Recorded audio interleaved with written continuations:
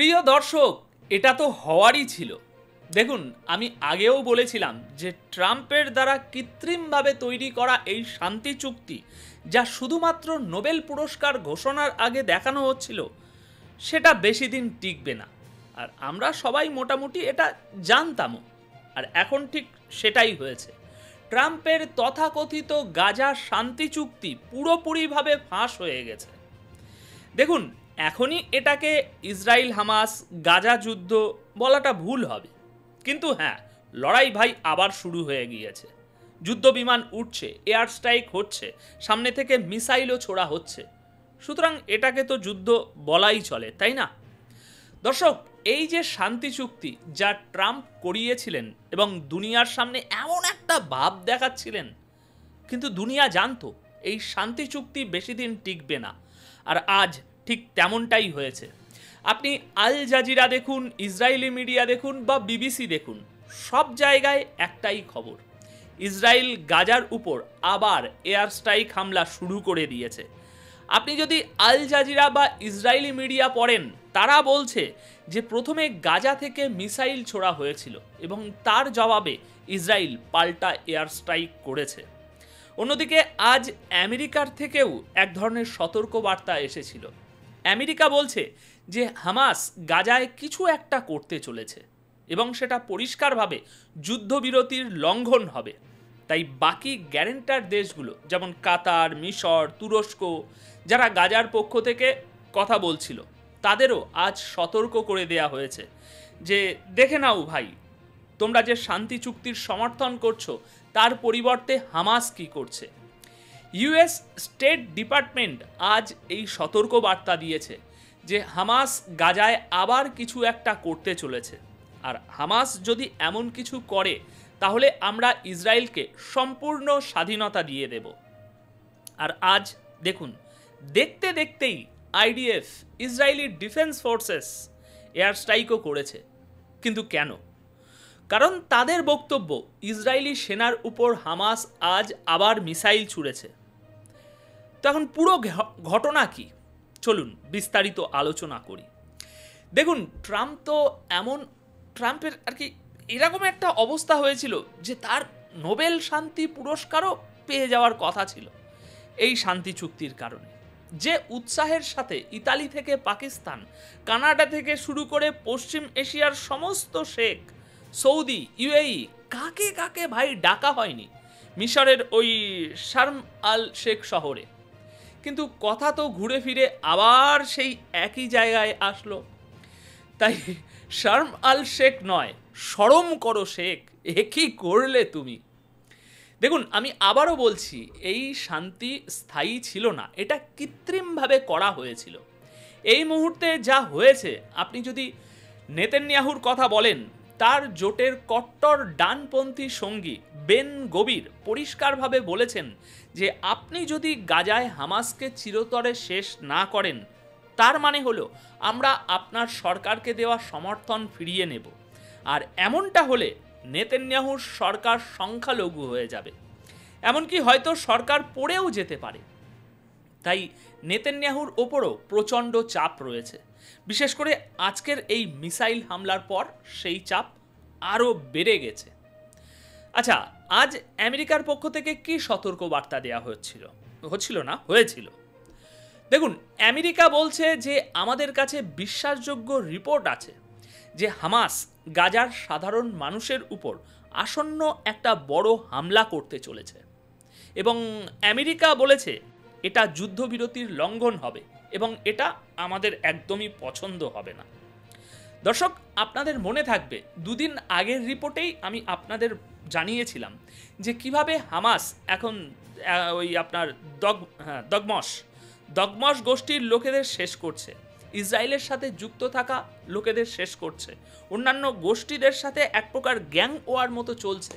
Hamas দেখছে যে যারা তাকে সরিয়ে তার জায়গা নিতে পারে তাদের সবাইকে শেষ করে দেয়া হচ্ছে, পাবলিক এক্সিকিউশন করা হচ্ছিল, যা আমি ইতিমধ্যেই আপনাদের সাথে ভিডিওতে শেয়ার করেছি। এখন এই নিয়েই আমেরিকা এখন সতর্ক করেছে যে হামাস এই বিষয়টি একটি বড় আকারে করতে চলেছে এবং এর সাথে সাথেই আমেরিকার দ্বারা আজ এটা স্পষ্ট করে দেয়া হয়েছে যে দেখুন, গাজা শান্তি চুক্তির যত গ্যারেন্টার আছে, যারা হামাসের পক্ষ থেকে নিশ্চিত করার কথা দিয়েছিল যে তারা এই শান্তি চুক্তি অক্ষরে অক্ষরে পালন করবে, যেমন মিশর, কাতার, তুরস্ক, তাদের বলে দেয়া হয়েছে যে দেখুন, ইসরায়েল তো শান্তি চুক্তি মেনে চলছে, কিন্তু তোমাদের পক্ষ থেকে হামাস যার গ্যারেন্টি তোমরা নিয়েছিলে, দেখো সে যুদ্ধবিরতির শর্ত মানছে না। এই কথা তাদের পর্যন্ত পৌঁছে দেয়া হয়েছে। এবং তারপরে ডোনাল্ড ট্রাম্প ট্রুথ সোশ্যালে এসে বলে গিয়েছেন যে যদি হামাস এভাবেই গাজায় মানুষ মারতে থাকে, তাহলে আমার কাছে কোনো বিকল্প থাকবে না, আমাদের সেখানে ঢুকে এক এক করে তাদের মারতে হবে, অর্থাৎ ইসরায়েলের হাত খুলে দেয়া হবে আবার, এটাই ট্রাম্প বলেছেন। এখন দর্শক, এটা ছিল সতর্ক বার্তা, কিন্তু তারপর কি হলো? তারপর আজকের ঘটনা। হামাসের লোকেরা, যেমনটা ইসরায়েলি মিডিয়া বলছে, দক্ষিণ গাজার রাফা ক্রসিংয়ের কাছে কেরম শেলম বর্ডারের একটি সুড়ঙ্গ থেকে হঠাৎ বেরিয়ে আসে এবং ইসরায়েলের দিকে অ্যান্টি ট্যাঙ্ক গাইডেড মিসাইল ছুড়ে দেয়।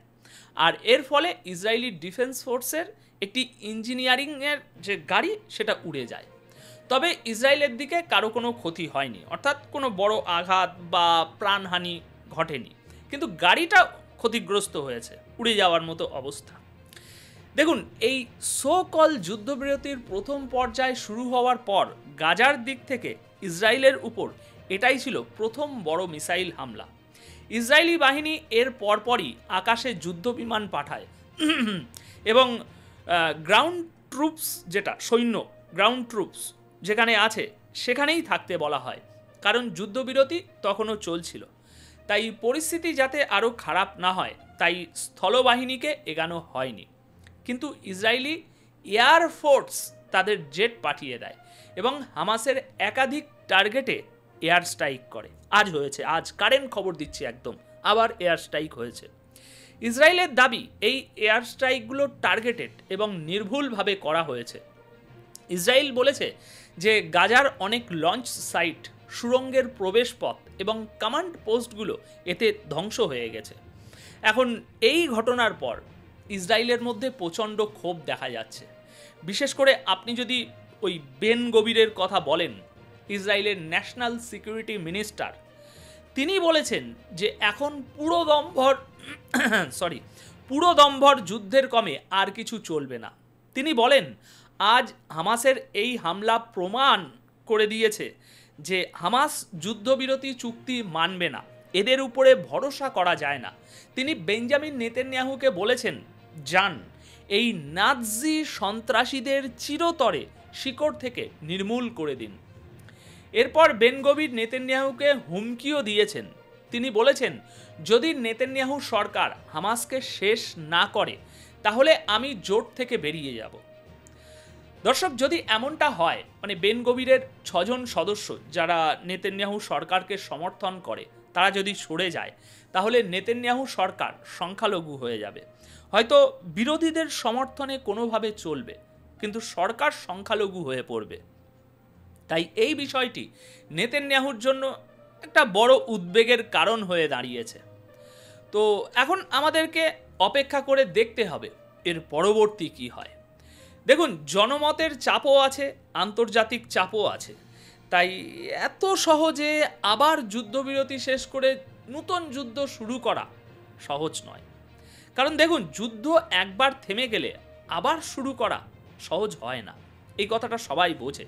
তাই আবার সেই গতি তৈরি করা, আবার সেই আগের মতো মোমেন্টাম তৈরি করা সহজ হবে না। কিন্তু যদি ইসরায়েলের ভিতরে এমন অভ্যন্তরীণ চাপ বাড়তে থাকে, তাহলে পরিস্থিতি সেই দিকে যেতেও পারে। তার উপরে আবার এখন সমস্ত বন্দীদেরকে ইসরায়েল ইতিমধ্যেই ছাড়িয়ে নিয়েছে। তাই পরবর্তী কি হবে তা তো সময়ই ভালো বলতে পারবে। আপাতত দেখুন, এয়ার স্ট্রাইক তো শুরু হয়ে গেছে, সামনে থেকে মিসাইলও ছোড়া হচ্ছে, খবরগুলোও আমাদের সামনে আসছে। কিন্তু যদি আমরা পর্দার আড়ালের আসল খেলাটা বোঝার চেষ্টা করি, তাহলে আমাদের কয়েকটি গভীর বিষয় বুঝতে হবে। যা ঘটছে তা কেবল একটা বিচ্ছিন্ন ঘটনা নয়, এটা একটা বড় খেলার অংশ। প্রথমত আমাদের বুঝতে হবে, শান্তির ভ্রম বা ইলিউশন অফ পিসের ধারণাটি। ট্রাম্প যে শান্তি চুক্তি করিয়েছিলেন তা আসলে কোনো শান্তি চুক্তি ছিল না, এটি ছিল একটি কনফ্লিক্ট ম্যানেজমেন্ট ডিল। এর মূল উদ্দেশ্য শান্তি স্থাপন ছিল না, বরং পরিস্থিতিকে সাময়িকভাবে নিজেদের নিয়ন্ত্রণে রাখা ছিল। এই চুক্তিতে ফিলিস্তিনের সাধারণ মানুষের অধিকার, তাদের অসন্তোষ এবং মূল সমস্যাগুলোর কোনো সমাধান সেরকমভাবে করা হয়নি। এটা অনেকটা একটা ওই গভীর ক্ষতের উপরে ব্যান্ডেজ লাগানোর মতো অবস্থা, যা ভেতর থেকে পচতে বাধ্য। তাই এই শান্তি যে টিকবে না তা ছিল অবধারিত।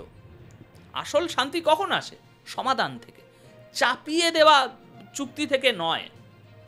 সুতরাং দর্শক, যখন আমরা মোবাইলের স্ক্রিনে শুধু গোলাগুলি, আগুন আর ধোঁয়া দেখি, তখন আমাদের বুঝতে হবে যে এর পিছনের খেলাটা বেশ জটিল।